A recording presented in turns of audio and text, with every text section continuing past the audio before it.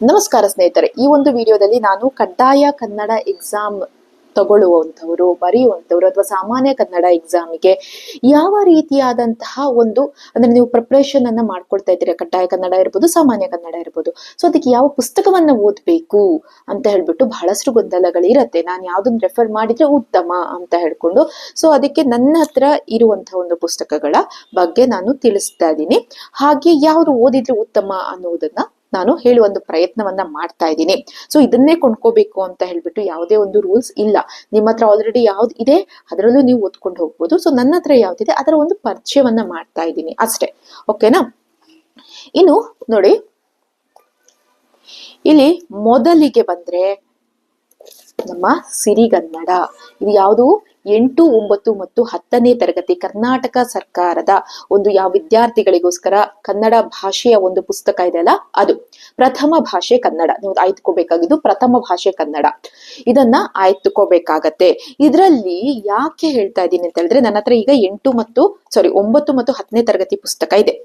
8ನೇ ತರಗತಿ ಪುಸ್ತಕ ಇಲ್ಲ ಅಂತ ಹೇಳಿದ್ರೆ ಅದನ್ನ ನಾವು ಈಸಿಯಲ್ಲಿ ವೆಬ್ಸೈಟ್ ಅಲ್ಲಿ ಸಿಗತ್ತೆ, ಈಸಿಯಲ್ಲಿ ಡೌನ್ಲೋಡ್ ಮಾಡ್ಕೋಬಹುದು. ಹೇಗೆ ಡೌನ್ಲೋಡ್ ಮಾಡಬೇಕು ಅಂತ ಹೇಳ್ಬಿಟ್ಟು ಅದರ ವಿಡಿಯೋವನ್ನು ಮಾಡಿದೀನಿ. ಅದರ ಲಿಂಕ್ ಅನ್ನ ಡಿಸ್ಕ್ರಿಪ್ಷನ್ ಅಲ್ಲಿ ಹಾಕಿರ್ತೀನಿ, ನೀವು ಅದನ್ನ ನೋಡ್ಕೋಬಹುದು.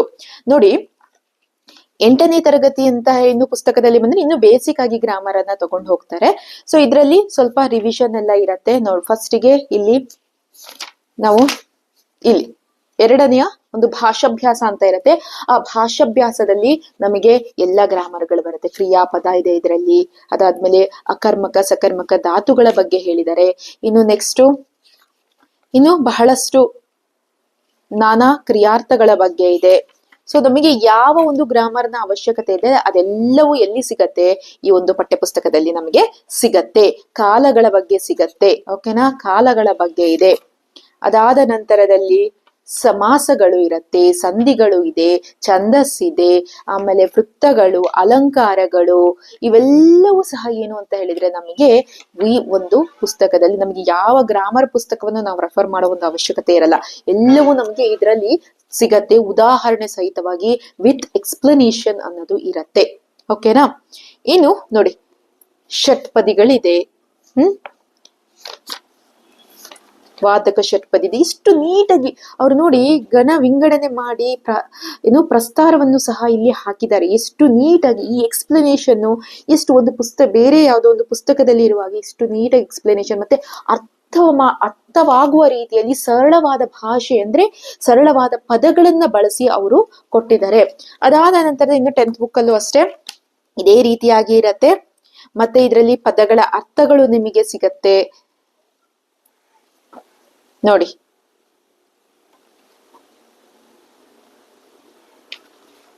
ಇಲ್ಲಿ ಗುರು, ಲಘು. ಈಗ ಈ ಒಂದು 10ನೇ ತರಗತಿಲಿ ಮಾತ್ರಾಗಣ ಅಂತ ಇದೆ. ಈಗ ಛಂದಸ್ಸು ಅಂತ ಸೈದ್ಧಾಂತಿಕ ಇದರಲ್ಲಿ ಛಂದಸ್ಸು ಅಂತ ಇದೆ. ಇಷ್ಟು ಡೀಟೇಲ್ ಆಗಿ ಅವರು ಕೊಟ್ಟಿದ್ದಾರೆ, ಡೀಟೇಲ್ಡ್ ಆಗಿದೆ. ನೋಡಿ ಇಲ್ಲಿ ಅದರಲ್ಲಿ ಏನು ಅಕ್ಷರ, ಗುರುವೆನಿಸುವ ಅಕ್ಷರ ಯಾವುದು, ಹಾಗೆ ಷಟ್ಪದಿಗಳು ಕೊಟ್ಟಿದ್ದಾರೆ. ಭಾಮಿನಿ ಷಟ್ಪದಿ ಇದೆ. ಇವೆಲ್ಲವೂ ಏನು ಅಂತ ಹೇಳಿದ್ರೆ ನಮಗೆ ಬಹಳಷ್ಟು ವ್ಯಾಕರಣ ಪುಸ್ತಕದಲ್ಲಿ ಸಿಗುವಂತಹ ಎಲ್ಲಾ ಅಂಶಗಳು ನಮಗೆ ಇದರಲ್ಲಿ ಸಿಗತ್ತೆ. ಅಲಂಕಾರಗಳು ಇದೆ. ನೋಡಿ, ಒಂದು ಅಲಂಕಾರಗಳು ಎಷ್ಟು ನೀಟಾಗಿದೆ. ನೋಡಿ, ಅಲಂಕಾರಗಳು ಎಷ್ಟು ನೀಟಾಗಿ ಬಹಳ ಚೆನ್ನಾಗಿ ಕೊಟ್ಟಿದ್ದಾರೆ. ಉದಾಹರಣೆ ಸಹಿತವಾಗಿ ಇದೆ. ಒಂದು ಅಲಂಕಾರಗಳು, ಒಂದು ಶಬ್ದಾಲಂಕಾರಗಳು ಬರತ್ತೆ, ಅರ್ಥಾಲಂಕಾರ, ಶಬ್ದಾಲಂಕಾರ, ಚಿತ್ರಕವಿತ್ವ ಅಂತ ಹೇಳ್ಕೊಂಡು ಬರತ್ತೆ. ಇದೆಲ್ಲವೂ ಇದರಲ್ಲಿ ಬಹಳಷ್ಟು ಚೆನ್ನಾಗಿ ಕೊಟ್ಟಿದ್ದಾರೆ. ಉದಾಹರಣೆ ಸಹಿತ ಇರೋದ್ರಿಂದ ನಾವು ಅದನ್ನ ಗಣ ವಿಂಗಡಣೆ ಮಾಡೋದು ಹೇಗೆ, ಪ್ರಸ್ತಾರ ಹಾಕದ್ ಹೇಗೆ, ಯಾವ ಮಾತ್ರ ಗಣ ಯಾವುದು, ಷಟ್ಪದಿಗಳು ಯಾವುದು, ರಗಳೆಗಳ ಬಗ್ಗೆನೂ ಸಹ ಕೊಟ್ಟಿದ್ದಾರೆ. ಎಲ್ಲವೂ ಸಹ ಇದೆ, ಸ್ಪಷ್ಟವಾಗಿ ಇಲ್ಲಿ ಕೊಟ್ಟಿದ್ದಾರೆ. ಸಂಧಿಗಳಿದೆ, ಸಮಾಸಗಳಿದೆ. ಯಾವ್ದು ಟಫ್ ಅಂತ ನಾವು ಅನ್ಕೊಂಡಿರ್ತೀವಿ, ಒಂದು ಸಲ ನಾವು ಈ ಒಂದು ಪುಸ್ತಕವನ್ನ ನೋಡಿದಾಗ ಕನ್ನಡ ಬಹಳ ಈಸಿ ಅನ್ಸತ್ತೆ. ನಮ್ಮ ಸಾಮಾನ್ಯ ಕನ್ನಡ ಇರ್ಬೋದು, ಕಡ್ಡಾಯ ಕನ್ನಡಕ್ಕಿರ್ಬೋದು. ಅದಕ್ಕೆ ಬಹಳ ಮುಖ್ಯವಾಗಿ ಫಸ್ಟ್ ನೀವು ಇದನ್ನ ರೆಫರ್ ಮಾಡಿ. ಇನ್ನು ಪುಸ್ತಕಗಳೇ ಅಗತ್ಯ ಇದೆ ಅಂತ ಹೇಳಿದ್ರೆ, ಇದನ್ನ ಬಹಳ ಹಳೇ, ತುಂಬಾ ವರ್ಷಗಳ ಹಿಂದೆ ತೆಗೆದುಕೊಂಡಿರುವಂತದ್ದು, ಬಹಳಷ್ಟು ಓದಿ ಎಲ್ಲ ಮಾಡಿರುವಂತದ್ದು. ಇದು ನಿರ್ದಿಷ್ಟ ಪತ್ರಿಕೆ ಅಂದ್ರೆ ಇದು ನಾನು KPSC ಮೊರಾರ್ಜಿ ದೇಸಾಯಿ ವಸತಿ ಶಾಲೆಗಳ ಕನ್ನಡ ಶಿಕ್ಷಕರ ಹುದ್ದೆಗಳಿಗೆ ಸ್ಪರ್ಧಾತ್ಮಕ ಪರೀಕ್ಷೆ ಅದೊಂದು ಪುಸ್ತಕ ಇತ್ತು. ಅದು ಇದನ್ನ ಬರ್ದಿರುವಂತವ್ರು CV ಜಯಣ್ಣ ಅಂತ ಹೇಳ್ಕೊಂಡು, ಇದು ನನ್ನಂತ ತುಂಬಾ ವರ್ಷದಿಂದ ಇದ್ದಿದ್ದು. ಇದರಲ್ಲಿ ತುಂಬಾ ಚೆನ್ನಾಗಿದೆ. ಏನಿದೆ ಈ ವಿಷಯಗಳು ಏನಿದೆ ಅಂತ ಹೇಳಿದ್ರೆ, ಅಭ್ಯಾಸ ಸೂಚಿಯನ್ನ ಫಸ್ಟ್ ನಾವು ಯಾವುದೇ ಒಂದು ಪುಸ್ತಕವನ್ನ ತಗೋಬೇಕಾದ್ರೆ ಇಲ್ಲಿ ಅಭ್ಯಾಸ ಸೂಚಿ ಏನ್ ಇಂಡೆಕ್ಸ್ ಅಂತ ಇದೆಯಲ್ಲ, ಏನೇನ್ ಇರತ್ತೆ, ಪಠ್ಯಕ್ರಮಗಳು ಏನಿರತ್ತೆ ಅನ್ನೋದನ್ನ ನೋಡ್ಕೊಂಡು ನಾವು ತಗೋಬೇಕಾಗತ್ತೆ. ಇಲ್ಲಿ ಕನ್ನಡ ಸಾಹಿತ್ಯ ಚರಿತ್ರೆ, ಕಾವ್ಯ ಮೀಮಾಂಸೆ ಇದೆ, ಛಂದಸ್ಸು, ಕನ್ನಡ ಧ್ವನಿಗಳು, ಸ್ವರೂಪ ಉಚ್ಚಾರಣೆ ಇದೆ, ಆಯ್ದ ಬಹು ಆಯ್ಕೆ ಪ್ರಶ್ನೆಗಳು ಇದೆ, ಕನ್ನಡ ಸಾಹಿತ್ಯ ಪ್ರಶಸ್ತಿಗಳು, ಕಾವ್ಯನಾಮ, ಅಂಕಿತನಾಮ, ಕನ್ನಡ ವ್ಯಾಕರಣ, ಕನ್ನಡ ಸಾಹಿತ್ಯ ಬಹು ಅಂಶ ಪ್ರಶ್ನೆಗಳು. ಯಾವುದು ಅಂದ್ರೆ ಒಂದು ಸಾಮಾನ್ಯ ಕನ್ನಡ ಎಕ್ಸಾಮ್ ಅನ್ನ ಬರಿಬೇಕಾದ್ರೆ, ಜನರಲ್ ಕನ್ನಡ ಎಕ್ಸಾಮಿಗೆ ಬೇಕಾಗಿರುವಂತದ್ದು, ಅಥವಾ ಕನ್ನಡ ಟೀಚರ್ಸ್ಗೆ ಯಾವ್ದು ಬೇಕು ಅದೆಲ್ಲವೂ ಸಹ ಏನು ಇದ್ರಲ್ಲಿ ಟೀಚರ್ ಆಗ್ಬೇಕು ಅಂತ ಹೇಳಿದ್ರೆ ಇದರಲ್ಲಿ ಇದೆ, ಸ್ಪಷ್ಟವಾಗಿ ಇದೆ. ಫಸ್ಟ್ ತೋರಿಸ್ತೇನೆ ನೋಡಿ.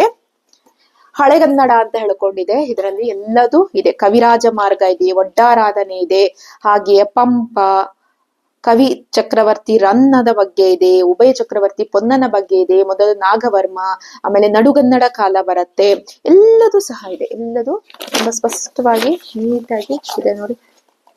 ಓದು ಎಲ್ಲ ವಿಷಯಗಳು ಇದರಲ್ಲಿ ಇದೆ. ನೀವು ಈ ಪುಸ್ತಕ ಏನಾದ್ರೂ ನಿಮಗೆ ಸಿಕ್ಕಿದ್ರೆ ಖಂಡಿತವಾಗಿಯೂ ನೀವು ತಗೊಳ್ಳಿ. ನಾನು ಇದ್ರ ಒಂದು ಲಿಂಕ್ ಅನ್ನ ಏನಾದ್ರೂ ಸಿಕ್ಕರೆ, ನನಗೂ ಏನಾದ್ರು ಆನ್ಲೈನ್ ಅಲ್ಲಿ ಇದು ಸಿಕ್ಕಿದ್ರೆ ಖಂಡಿತವಾಗಿಯೂ ಅದರ ಲಿಂಕ್ ಅನ್ನ ನಾನು ಹಾಕಿರ್ತೀನಿ, ಸಿಕ್ಕಿದ್ರೆ ಮಾತ್ರ. ಅದರ ಬಿಟ್ರೆ ಇದು ತುಂಬಾ ಚೆನ್ನಾಗಿದೆ. ಏನಾದ್ರು ನಿಮ್ಗೆ ಮಾರ್ಕೆಟ್ ಅಲ್ಲಿ ಏನಾದ್ರು ಸಿಕ್ಕರೆ ಖಂಡಿತ ನೀವು ತಗೊಂಡು ಓದ್ಬಹುದು, ಧೈರ್ಯವಾಗಿ ಇದನ್ನ ಓದ್ಬಹುದು. ತುಂಬಾ ಚೆನ್ನಾಗಿ ಇದೆ ಇದು. ಅದು ಬಿಟ್ರೆ ಇನ್ನು ಕಡ್ಡಾಯ ಕನ್ನಡ ಅಂತ ಹೇಳಿದ್ರೆ, ಕಡ್ಡಾಯ ಕನ್ನಡ ಇರೋದು ನನ್ನ ಹತ್ರ ಲೇಖಕರು C ಕೇಶವ ಅಂತ ಹೇಳ್ಕೊಂಡು, ಇದು ಸ್ಪರ್ಧಾ ಉನ್ನತಿ, ಸ್ಪರ್ಧಾ ಲೋಕದ ಹಿತೈಷಿ, ಓಕೆನಾ. ಕಡ್ಡಾಯ ಕನ್ನಡ ಇದು ರೀಸೆಂಟ್ ಆಗಿ ತಗೊಂಡಿರೋದು, 1 ವರ್ಷದ ಹಿಂದೆ ತಗೊಂಡಿದ್ದು ಅಂತ ಅನ್ಸುತ್ತೆ. ಈ ಪುಸ್ತಕ ತುಂಬಾ ಚೆನ್ನಾಗಿದೆ. ನೀವು ಇದನ್ನ ಸಹ ಏನು ರೆಫರ್ಗೆ ಬಳಸಬಹುದು. ಯಾಕಂದ್ರೆ ಇದರಲ್ಲಿ ಎಲ್ಲದಕ್ಕೂ FDA, SDA, PDO, PSI, PC, B.Ed, D.Ed ಹಂಗಂತ ಹೇಳಿ ಬರೀ ಇವರ ಒಂದು ಪುಸ್ತಕಗಳನ್ನ ಮಾತ್ರ ಅಲ್ಲ, ನನ್ನ ಹತ್ರ ಇರುವಂತದ್ದು ಈ ಪುಸ್ತಕ. ಸೊ ನಾನು ಅದನ್ನ ನಿಮ್ಗೆ ಹೇಳಿದೀನಿ.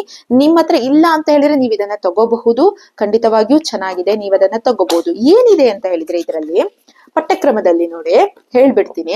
ಕನ್ನಡ ವರ್ಣಮಾಲೆಗಳು ಬರುತ್ತೆ ಫಸ್ಟಿಗೆ, ಸಂಕ್ಷಿಪ್ತ ಪ್ರಬಂಧಗಳು ಇದೆ, ಇದರಲ್ಲಿ ಗಾದೆಗಳ ವಿಸ್ತರಣೆ ಇದೆ, ಸಾರಾಂಶ ಬರವಣಿಗೆ, ಮತ್ತೆ ನುಡಿಗಟ್ಟುಗಳು, ಅದರಲ್ಲಿ ದ್ವಿರುಕ್ತಿ ಬರುತ್ತೆ, ಜೋಡು ನುಡಿ ಬರುತ್ತೆ, ಅನುಕರಣ ವಾಚ್ಯಗಳು ಬರುತ್ತೆ.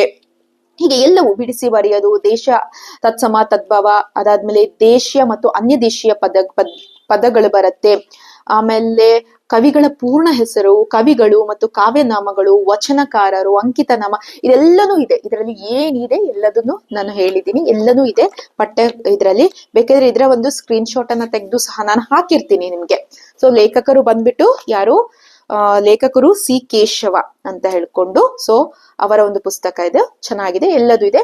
ಅದು ನೀವು ಬೇರೆನೂ ಸಹ ಮಾರ್ಕೆಟ್ ಅಲ್ಲಿ ತಗೋಬಹುದು. ತಗೊಳ್ಳಕ್ಕಿಂತ ಮುಂಚೆ ಯಾವಾಗ್ಲೂ ನಾನು ಹೇಳಿದ್ದೀನಿ, 2ನೇ ಸಲ ಹೇಳ್ತಾ ಇದ್ದೀನಿ, ಏನು ಇಂಡೆಕ್ಸ್ ಅನ್ನ ಚೆಕ್ ಮಾಡ್ಕೊಳ್ಳಿ. ಏನಿದೆ ಇಲ್ಲಿ ಇಂಡೆಕ್ಸ್, ಏನು ಅದು ಪಠ್ಯಕ್ರಮ ಅಂತ ಹೇಳ್ಬಿಟ್ಟು ಏನ್ ಬರತ್ತೆ, ನೀವು ಪಠ್ಯಕ್ರಮ ಏನಿದೆ ಅದು, ಅದರ ಬಗ್ಗೆ ನೀವು ಕರೆಕ್ಟ್ ಆಗಿ ನೋಡ್ಕೊಳ್ಬೇಕು, ಓಕೆನಾ. ಎಲ್ಲದೂ ಇದೆ ನೋಡಿ ಇಲ್ಲಿ, ಎಲ್ಲನೂ ಸಹ ಇದೆ, ಚೆನ್ನಾಗಿದೆ, ಓದ್ಕೊಳ್ಳುವಂಥವರಿಗೆ ಚೆನ್ನಾಗಿದೆ. ನಿಮಗೆ ಈ ಪುಸ್ತಕಗಳಲ್ಲಿ ನಂಗೆ ಸಿಕ್ಕಿಲ್ಲ ಅಂತ ಹೇಳಿದ್ರೆ ನೀವು ಬೇಕಿದ್ರೆ ಇದನ್ನ ಬೇರೆ ಬಂದ್ರೆ SDA, FD ಎಲ್ಲದಕ್ಕೂ ಅನುಕೂಲ ಆಗುವಂಥದ್ದು ನೀವು ನೋಡ್ಕೊಳ್ಳಿ. ಯಾವುದು ನಿಮಗೆ ಚೆನ್ನಾಗಂತ 1-2 ಪುಸ್ತಕಗಳನ್ನ ಇಟ್ಕೊಂಡು ಅದರ ಒಂದು ಪಠ್ಯಕ್ರಮವನ್ನ ಅವಲೋಕನ ಮಾಡಿ, ನೋಡಿ, ಅಬ್ಸರ್ವ್ ಮಾಡಿ, ಯಾವ್ದು ಇದೆ, ಎಲ್ಲ ಅಂಶಗಳು ಯಾವ್ದ್ರಲ್ಲಿ ಯಾವ್ದಿದೆ, ಇದ್ರಲ್ಲಿ ಯಾವ್ದಿದೆ, ನನ್ನ ಒಂದು ಎಕ್ಸಾಮ್ ದೃಷ್ಟಿಯಿಂದ ಯಾವ್ದು ಚೆನ್ನಾಗತ್ತೆ ಅಂತ ಹೇಳ್ಕೊಂಡು, ಮತ್ತೆ ಇದನ್ನ ನೋಡ್ಕೊಂಡ್ಬಿಟ್ಟು ನೀವು ತಗೊಳ್ಳುವಂತಹ ಒಂದು ಪ್ರಯತ್ನವನ್ನ ಮಾಡಿ. ಹೇಗೆ ನಿಮಗೂ ಅಷ್ಟೇ, ಇನ್ನು ಯಾವ ಒಂದು ಎಕ್ಸಾಮಿನ ಬಗ್ಗೆ ಯಾವ ಪುಸ್ತಕಗಳ ಅವಶ್ಯಕತೆ ಇದೆ ಅದನ್ನ ಹೇಳಿ. ನನ್ನ ಹತ್ರ ಇರುವ ಪುಸ್ತಕಗಳನ್ನ ನಾನು ನೋಡ್ಬಿಟ್ಟು, ಅಥವಾ ಯಾವ ಪುಸ್ತಕ ಉತ್ತಮ ಅಂತ ನಾವು ನೋಡ್ಬಿಟ್ಟು ಅದನ್ನ ತಿಳಿಸುವಂತ ಪ್ರಯತ್ನವನ್ನ ಮಾಡ್ತೀನಿ. ಕಮೆಂಟ್ ಸೆಕ್ಷನ್ ಅಲ್ಲಿ ತಿಳಿಸಿ, ನಿಮಗೆ ಯಾವ ಒಂದು ಪಠ್ಯ ಪುಸ್ತಕಗಳ ಬಗ್ಗೆ ಮಾಹಿತಿ ಬೇಕು, ಯಾವ ಎಕ್ಸಾಮ್ ನ ಬಗ್ಗೆ ಮಾಹಿತಿ ಬೇಕು ಅಂತ ಹೇಳ್ಬಿಟ್ಟು ಮುಂದಿನ ಒಂದು ವಿಡಿಯೋದಲ್ಲಿ ಭೇಟಿಯಾಗೋಣ ಸ್ನೇಹಿತರೆ.